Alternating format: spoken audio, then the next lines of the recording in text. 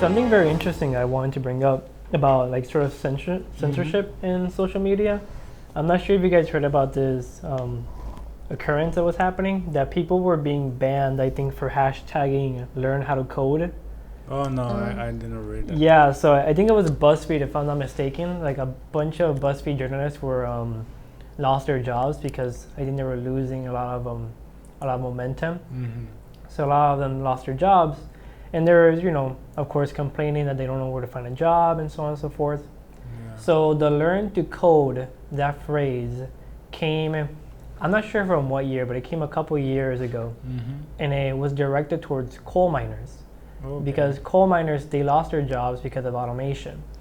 And so they told coal miners, if you want a job, you should learn how to code. Which is, of course, sort of a dumb thing to say, because a coal miner may not even know how to read. They're not gonna be able to They probably don't have a bachelor's degree. Yeah, they don't know how to work a computer. They're not gonna be the next Mark Zuckerberg just because they want to. So, anyways, so this got a bunch of whiplash and backlash, and so when this new hashtag came now, a lot of people felt insulted with that, with the learn to code movement, and so they were banning people on Twitter for just hashtagging tagging people and then hashtagging learn how to code. Wow. Yeah. So it's very interesting to see how, if there's like any difference in social media that I've seen so far, is that they really increased the censorship in social media. Even in YouTube now, I read that they actually updated again. So, for example, if you have a video that is pretty harsh or something like that, it's going to be banned. But now, if you talk about something like too controversial, it's going to be banned too. How is this going to be like in the future? Now it's going to be like, oh, if I mention something maybe like that, you just be banned. I don't know how you define like the public freedom to speech, anything like.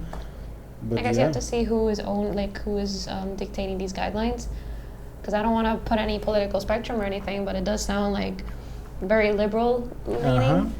These guidelines, like you can't mention anything controversial. I think even Steven Crowder, the guy who does the Change My Mind, he's always getting in trouble with YouTube because the things he posts on YouTube are too controversial or they offend people.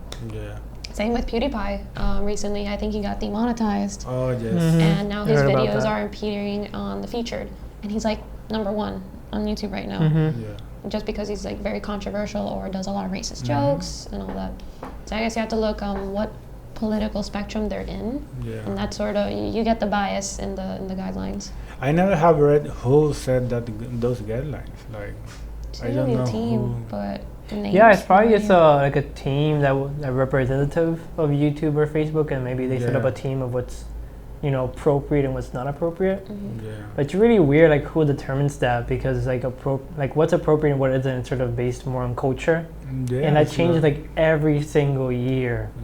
Because one year we're talking about, I'm not sure now in Facebook actually they're now censoring a lot of memes.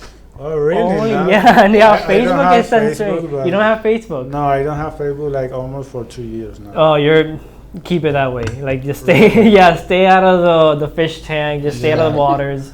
But now they're like, if I'm not saying I promote these jokes or anything, but it's interesting to observe that now any meme, specifically about 9/11, gets censored. Wow. No matter how discreet, and I've seen very discreet memes, they get censored. Even the Simpsons, because I saw definitely. Even the little magazine you're talking about, except like I think $9 in the two towers, that gets censored.